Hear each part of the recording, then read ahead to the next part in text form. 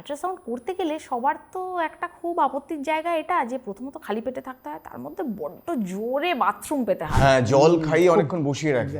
এবার টোকেন যদি শেষের দিকে হয় বুঝতে পারছি খুব মুশকিল। মানে ultrasound patients are always angry, কেননা তারা একে তো ক্ষুধার্ত, তার মধ্যে তাদের ভীষণ বাথরুম পেয়েছে, সেই অবস্থায় তাদেরকে বসিয়ে রাখা হয়েছে। Ultrasound patients are always angry, তার মধ্যে পেটে চাপ দিচ্ছে। তার মধ্যে আমরা পেটে চাপ দিচ্ছি। এইটার কারণটা ঠিক তাই, আমি এক্ষুনি যে বললাম হাওয়ার মধ্যে দিয়ে আল্ট্রাসাউন্ড বিম ভালো পাস করে না, জলের মধ্যে দিয়ে খুব ভালো পাস করে, কিন্তু সেই জন্যই এই জেলিটা লাগানো হয়। ঠিক সেরকমই ব্লাডারে যদি জল থাকে, অর্থাৎ ইউরিনে ভর্তি থাকে, তার মধ্যে দিয়ে খুব সুন্দর আল্ট্রাসাউন্ড বিমটা পাস করে।